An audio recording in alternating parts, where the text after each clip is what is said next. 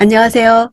요나단과 다윗이 작별합니다. 오늘 본문은 사무엘상 20장 35절에서 42절입니다. 36절. 요나단이 그 소년에게 말했습니다. 달려가 내가 쏘는 화살들을 찾아오너라. 소년이 달려가자 요나단은 소년의 머리 위로 화살을 쏘았습니다.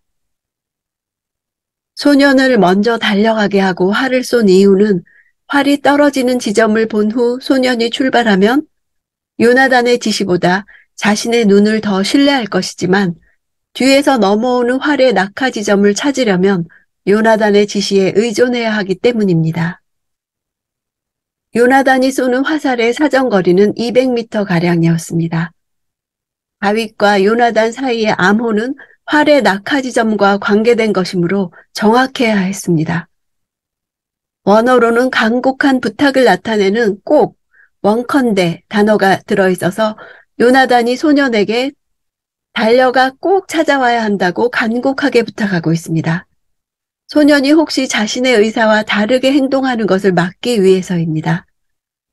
다윗의 생사가 달린 문제였기에 혹시라도 이를 그르치지 않기 위한 요나단의 심정을 볼 수 있습니다.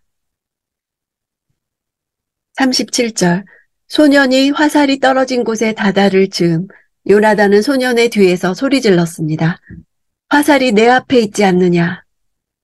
요나단이 소리 지른 것은 소년이 아니라 다윗에게 한 것입니다. 소리 질렀다는 동사는 절규를 나타낼 때도 사용됩니다. 요나단이 다윗에게 단지 자신의 뜻을 분명하게 전하기 위한 것만이 아니라 그 마음속에 가지고 있는 슬픔과 분노를 쏟아내는 일종의 절규라고도 볼 수 있습니다. 잊지 않느냐는 단어는 앞에서 다윗에게 신호를 주겠다고 약속한 말과 일치하는 표현입니다.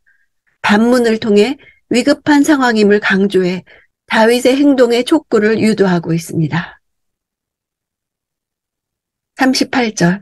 요나단은 소년의 뒤에서 계속 소리 질렀습니다. 서성대지 말고 빨리 달려가거라. 소년은 화살을 주어 요나단에게로 돌아왔습니다.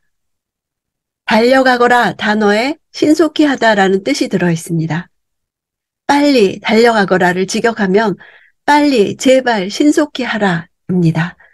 1차적으로 소년을 재촉해 다윗이 숨어있는 것을 눈치채지 못하도록 하기 위한 것이고 2차적으로는 다윗에 대한 사울의 적의가 생각보다 더욱 크고 그로 인해 빨리 도망해야 할 상황임을 다윗에게 알리려는 의도였습니다. 40절. 그러고 나서 요나단은 소년에게 자기 무기들을 주며 말했습니다. 가거라. 이것을 성에 다시 갖다 놓아라. 원래 비밀 신호를 주는 것으로 작별했어야 하는데 그렇게 하기에는 너무 마음이 아파서 발길을 돌릴 수 없었을 것입니다. 이제 다윗의 왕궁 생활은 막을 내리고 그는 영원히 사울의 곁을 떠날 것이었습니다. 이제부터는 사울의 본격적인 다윗 사냥이 시작됩니다. 41절. 소년이 가고 난 뒤 다윗은 바위의 남쪽에서 일어나 땅에 엎드려 3번 절했습니다. 그리고 그들은 서로 입을 맞추고 함께 울었습니다. 다윗이 더 많이 울었습니다. 남쪽을 특별히 언급한 이유는 다윗이 요나단과 헤어진 후 도망간 노베의 위치가 기브아 남쪽에 위치해 있고 그 이후에도 다윗의 도피가 주로 가나안 남쪽에서 이루어졌기 때문에 이런 사실을 암시적으로 드러내기 위한 것입니다. 다윗이 더 많이라는 표현은 다윗의 울음이 더 심해지기까지입니다. 다윗의 울음이 더 심해지기까지 다윗과 요나단의 울음이 계속되었다는 뜻입니다. 지금까지 감정 표현을 절제해왔던 다윗이 처음으로 자신의 감정을 마음껏 표출합니다. 다윗은 자신의 기구한 처지를 통탄했을 것입니다. 42절. 요나단이 다윗에게 말했습니다. 평안히 가게. 우리가 여호와의 이름으로 서로 의형제를 맺지 않았는가? 여호와께서 자네와 나 사이에 또 자네 자손들과 내 자손들 사이에 영원히 증인이시네. 그러고 나서 다윗은 길을 떠났고 요나단은 성으로 돌아갔습니다.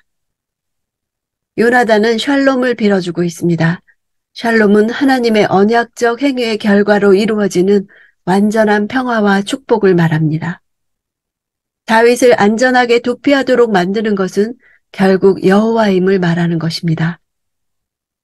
요나단이 다시 한번 자손들까지 이어지는 언약을 상기시키는 것을 볼 때 요나단은 역사의식과 함께 현실 감각도 탁월했던 것을 알 수 있습니다.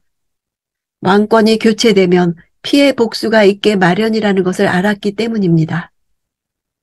다윗은 길을 떠나므로 멸망이 예비된 사울 가문과 운명을 달리한 반면 요나단은 사울이 있는 성으로 돌아감으로써 사울과 같은 비참한 운명을 맞이할 것을 암시하고 있습니다. 요나단은 사울의 아들이었고 사울을 이어 왕이 될 사람이었습니다. 그러나 요나단은 하나님의 뜻이 다윗에게 있다는 것을 알았고 아버지의 명령을 거스르고 다윗의 도망을 돕습니다. 사울은 다윗이 사무엘이 예언한 왕임을 알았지만 그를 죽이려 했습니다. 요나단은 역사의식이 충만하고 하나님이 역사를 주관하심에 대해 믿음이 있었습니다. 요나단의 결정은 매우 어려운 것이었습니다. 하나님의 뜻을 따라 다윗을 돕는 한편 증오로 가득한 아버지 곁에 머물면서 하나님께 더 큰 죄를 짓지 않도록 돕습니다. 하나님의 나라를 마음에 담고 불의한 세계에서 살기는 힘든 일입니다.